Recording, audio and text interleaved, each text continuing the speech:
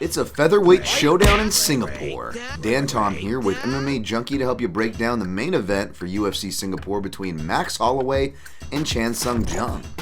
Jung, of course, has only really been seen roughly 2 times in the last 2 years, going 1-1, defeating Hawaiian Dan Ige, but losing his title shot to Alexander the Great Volkanovski. Of course, Holloway also lost to Volkanovski for his 3rd time not too long ago, of course, but was able to bounce back since then with a win over respected contender Arnold Allen. These two are now going to finally cross paths as fan favorites this Saturday. At the time of this video, the odds makers and public are siding with the former champion in Holloway in the neighborhood of -770, with the comeback on your underdog Sung Jung, the Korean Zombie, neighborhood of +470. Now, to see lines this wide is kind of not surprising given the last time we saw Jung.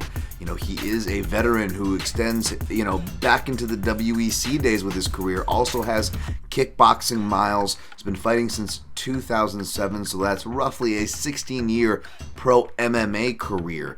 Those miles could really show to bear even more so this Saturday. I don't think Holloway has the same power or at this stage maybe the same speed, obviously, as one Volkanovski, but he's got enough pop, he's got enough output and enough speed and enough, savvy to put all that together to do some serious damage, at least down the stretch. So I'm going to go ahead and side with Holloway. I think that stick and move countering game, maybe even working a little bit of southpaw, can perhaps replicate some of the success Ortega had going southpaw. Of course, Max brought that back in his last fight, and in fights before, he did show a bit of a clinch and more grappling kind of trends. He could bring those out here, but of course, anytime you shoot on the Korean Zombie, you got to watch out for the front headlock.